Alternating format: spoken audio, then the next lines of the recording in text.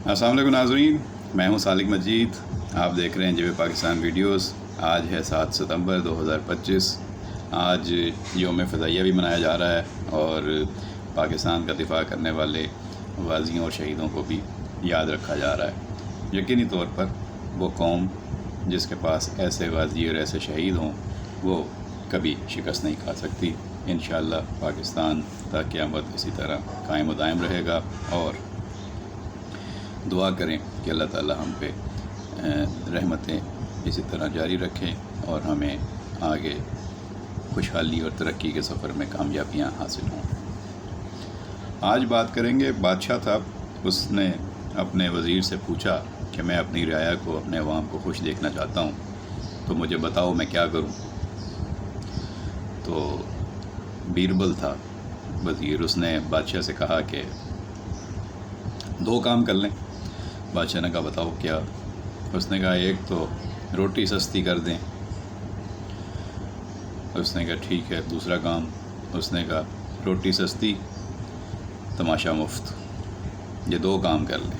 اب روٹی سستی میں اکانومی آ جاتی ہے ساری، کہ آپ لوگوں کے لیے کھانے پینے کی اشیاء، غذائی اجناس جتنی بھی ہیں ان کی قیمتیں کنٹرول کریں اور ان کو کم قیمت پر یا عوام کی قوت خرید میں رکھنے کے اقدامات کریں۔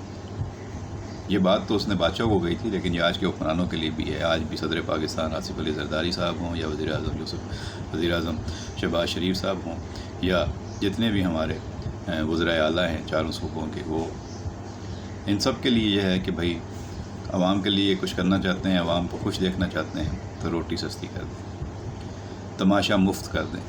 اب تماشا مفت بھی جو ہے وہ اس دور میں تو شاید تماشے جو ہیں وہ تھیٹر وغیرہ کو کہہ لیں آپ، یا جس طرح بھی ہوتے تھے، لیکن آج کا تماشا کیا ہے؟ آج کا تماشا انٹرٹینمنٹ ہے، کہ لوگوں کے پیٹ بھرے ہوں، ان کو سستی روٹی اور ان کی قوت خرید کے مطابق کھانے پینے کی اشیاء دستیاب ہوں تو وہ خوش ہوں گے، اور پھر ان کو انٹرٹینمنٹ کے مواقع دے دیں۔ آج کل کا دور کا تماشا کیا ہے؟ آج کل کے دور کا تماشا یہ آپ کے ہاتھ میں یہ موبائل ہے، یہ کمپیوٹر ہے، یہ انٹرنیٹ ہے، یہ سوشل میڈیا ہے۔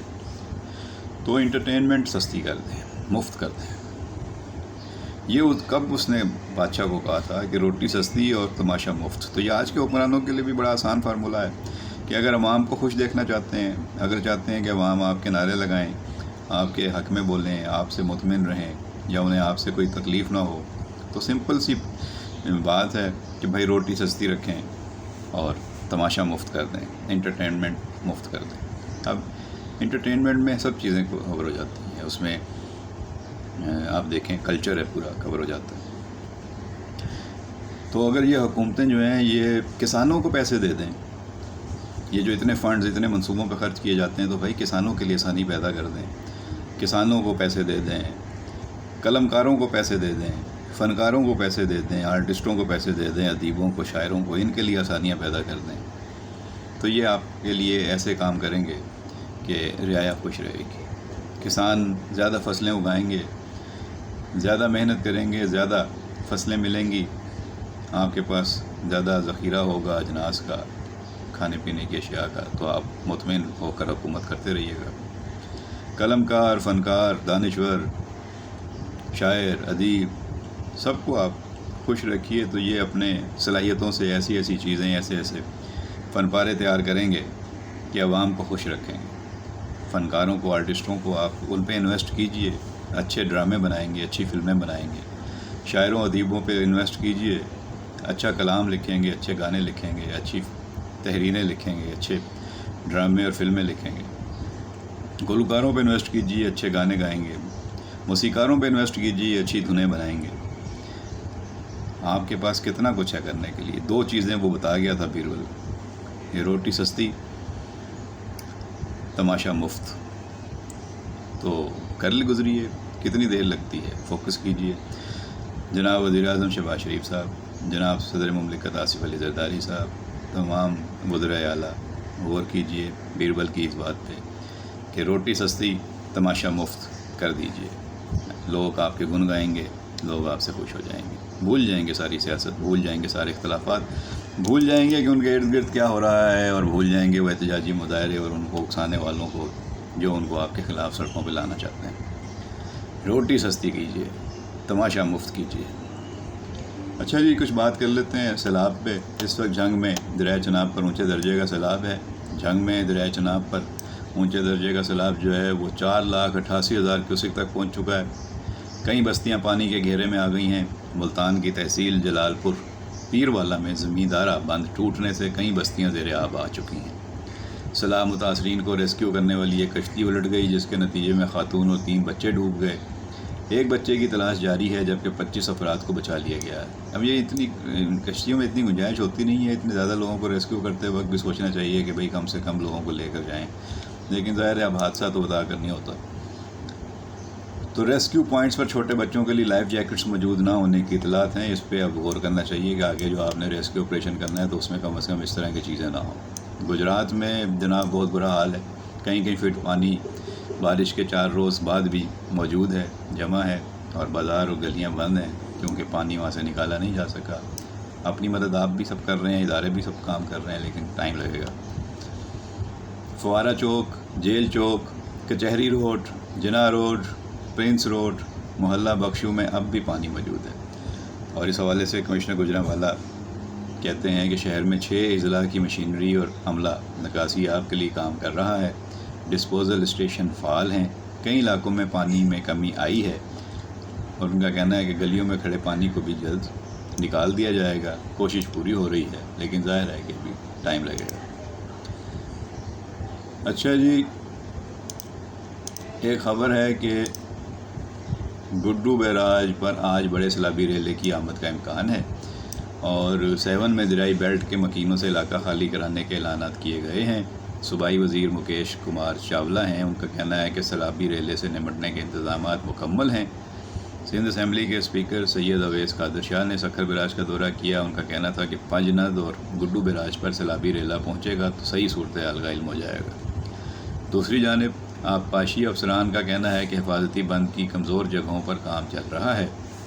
سیلاب سے سکھر بیراج کو کوئی خطرہ نہیں ہے۔ ملتان میں شیرشاہ فلڈ بند پر پانی کا دباؤ مسلسل برقرار ہے۔ جھنگ میں ہیڈ تریمو پر اونچے درجے کا سیلاب بتایا گیا ہے۔ تو اب ظاہر ہے کہ یہ صورتحال ہے، تو اس میں دوسری طرف جو ہے وہ سندھ کے مختلف علاقوں میں تیز بارشوں اور مونسون کی بارشوں کے نئے اسپیل کا آغاز بھی ہوا چاہتا ہے۔ آج کے لیے کراچی کو بھی کہا گیا ہے کہ جی بارش آئے گی، اور نہ صرف بارش آئے گی بلکہ 11 ستمبر تک بارشوں کا سلسلہ جو ہے وہ کراچی میں اپنے عروج پہ ہوگا۔ اب جناب خبر یہ ہے کہ عید میلاد النبی منایا گیا بڑے جوش و جذبے کے ساتھ، اللہ کا شکر ہے خیر خیریت سے گزر گیا، اور صدر مملکت آصف علی زرداری نے قیدیوں کی سزا میں 180 روز کی خصوصی معافی کا اعلان بھی کیا ہے۔ یہ معافی آئین کے آرٹیکل 45 کے تحت وزیر اعظم شہباز شریف کی مشاورت اور اتفاق رائے سے دی گئی ہے۔ وفاقی کابینہ نے 100 روز کی معافی کی سفارش کی تھی۔ مشاورت کے بعد صدر و وزیر اعظم نے اسے بڑھا کر 180 دن کر دیا۔ اب ایوان صدر کے اعلامیے کے مطابق خصوصی معافی ان قیدیوں پر لاگو ہوگی جو قانون کے تحت معیار پر پورے اترتے ہیں۔ قتل، دہشت گردی، جاسوسی اور بڑے مالیاتی جرائم میں سزا یافتہ قیدیوں پر معافی کا اطلاق نہیں ہوتا۔ تو اس لیے جو لوگ سمجھ رہے ہیں کہ شاید سب پہ ہوتا ہے، تو ایسا نہیں ہے، جس کے بھی کچھ قاعدے قانون ہیں اور سب پر یہ لاگو نہیں ہوتا۔ اچھا جی، پی ٹی آئی نے اپنے وزیر اعلیٰ گلگت بلتستان سمیت 12 اراکین اسمبلی کی بنیادی رکنیت ختم کرنے کا اعلان کر دیا۔ یہ کیا ہوا ہے؟ یہ ہے کہ پاکستان تحریک انصاف نے وزیر اعلیٰ گلگت بلتستان کے خلاف ایکشن لیا ہے اور ان سمیت 12 اراکین اسمبلی کی بنیادی رکنیت پارٹی کی ختم کر دی ہے۔ Additional secretary general P T I نے منحرف اراکین جی بی اسمبلی کی پارٹی رکنیت ختم کرنے کا نوٹیفیکیشن بھی جاری کیا ہے۔ اس نوٹیفیکیشن کے مطابق ان سب اراکین پر پارٹی پالیسی کی خلاف ورزی، فارورڈ بلاک بنانے اور پارٹی کے خلاف ووٹنگ کے الزامات لگائے گئے ہیں۔ پی ٹی آئی کی جانب سے کہا گیا ہے کہ وزیر اعلیٰ جی بی گلور خان، شمس الحق لون، راجہ اعظم عبدالحق، امجد زیدی، حاجی شاہ بیگ، سریا زمان، راجہ ناصر مقپون کی بنیادی رکنیت ختم کی گئی ہے۔ نوٹیفیکیشن کے مطابق گلگت بلتستان اسمبلی مشتاق احمد، دلشاد بانو اور فضل رحیم کی بھی بنیادی رکنیت ختم کی گئی، جبکہ سابق گورنر گلگت بلتستان راجہ جلال حسین مقپون کو شو کاز نوٹس بھی جاری کیا گیا۔ گلگت بلتستان کے اراکین کو پارٹی کا نام، جھنڈا اور عہدہ استعمال کرنے کی ممانعت کی گئی۔ اچھا جی، ایک اور خبر ہے، وہ بھی میں چاہ رہا تھا کہ اس کا شیئر کر لوں. ایسی خبریں کم آتی ہیں، لیکن ایسی خبریں جب بھی آتی ہیں تو پھر لوگوں کی بڑی توجہ کا مرکز بنتی ہیں. یہ ہوا ہے جناب شارک کا حملہ ایک شخص پہ اور وہ ہلاک ہو گیا. اب یہ کہاں ہوا ہے؟ یہ خبر آئی ہے آسٹریلیا کے شہر سڈنی سے کہ وہاں ایک حملے میں ایک تجربہ کار سرفر ہلاک ہو گیا ہے. یہ سرفنگ کرتے ہیں نا، جو بڑی بڑی موجیں اٹھ رہی ہوتی ہیں، اس میں آپ دیکھتے ہیں کہ وہ ایک تختہ سے لے کے اس پہ گھوم رہے ہوتے ہیں، اسے سرفنگ کہتے ہیں. آسٹریلوی میڈیا کے مطابق ہلاک ہونے والا 50 سالہ شخص اپنے دوستوں کے ساتھ لانگ ریف اور ڈی وائی بیچ کے قریب سمندر میں سرفنگ کر رہا تھا جب ایک بڑی شارک نے حملہ کر دیا. پولیس کے مطابق متاثرہ شخص کو سمندر میں سرف سے باہر نکالا گیا، لیکن حملے کی شدت زیادہ ہونے کی وجہ سے وہ موقع پر ہی ہلاک ہو گیا. حکام کی جانب سے تاحال ہلاک ہونے والے شخص کی شناخت ظاہر نہیں کی گئی. شارک کے خطرناک حملے کے بعد ساحل کو عوام کے لیے بند کر کے معاملے کی تحقیق شروع کی گئی، تاہم یہ معلوم نہیں ہو سکا کہ شارک کی کون سی نسل نے حملہ کیا. اب آسٹریلیا میں جو نیوز رپورٹرز ہیں وہ بتا رہے ہیں کہ 2022 کے بعد شارک کے حملے کا یہ پہلا مہلک واقعہ ہے. اس سے قبل سڈنی کے ساحل پر شارک کے حملے میں انسانی جان ضائع ہو چکی ہے. اچھا جی، اب ایک خبر آپ کے لیے اور اہم ہے کہ بھارتی غرور کی وجہ سے امریکہ پاکستان کے قریب ہوا. سابق امریکی بریگیڈیئر جنرل مارک کمٹ کا بیان سامنے آیا ہے، جس میں انہوں نے کہا کہ امریکہ بھارتی غرور کی وجہ سے پاکستان کے قریب ہوا. برطانوی صحافی پیئرس مورگن کے پروگرام میں گفتگو کرتے ہوئے ان کا کہنا تھا کہ صدر ٹرمپ کے فیلڈ مارشل عاصم منیر سے خوشگوار تعلقات بھارت کے لیے لمحہ فکریہ ہونا چاہیے. انہوں نے کہا کہ در حقیقت بھارتی غرور صدر ٹرمپ کے سامنے ظاہر ہو گیا، اسی وجہ سے ہم پاکستان کے زیادہ قریب ہو رہے ہیں. سابق امریکی بریگیڈیئر جنرل نے مزید کہا کہ فیلڈ مارشل عاصم منیر کا صدر ٹرمپ کے ساتھ ایک قریبی تعلق بن گیا ہے اور یہ بھارت کے لیے سوچنے کا مقام ہے. ادھر ایک اور دلچسپ خبر ہے، اس کا بھی ذکر کر سکتے ہیں کہ نادیہ خان کا اداکاری سے کوئی تعلق نہیں ہے. یہ کون کہہ رہے ہیں؟ خلیل الرحمان قمر، جو ہمیشہ ہی اس طرح کی باتیں کرتے ہیں اور پھر اس کے بعد جو ہے ان کا بیان توجہ کا مرکز بن جاتا ہے اور ایک بحث چھڑ جاتی ہے. تو پاکستان کے معروف اور سینئر ڈرامہ نگار اور شاعر خلیل الرحمان قمر نے حال ہی میں یوٹیوب چینل پر گفتگو کرتے ہوئے اپنے ڈراموں پر تنقید کا جواب دے دیا ہے. ان کا کہنا ہے کہ کچھ لوگ بلا وجہ میرے تمام پروجیکٹس پر تنقید کرتے ہیں، جس میں نادیہ خان، عتیقہ اوڈو اور مرینا خان شامل ہیں.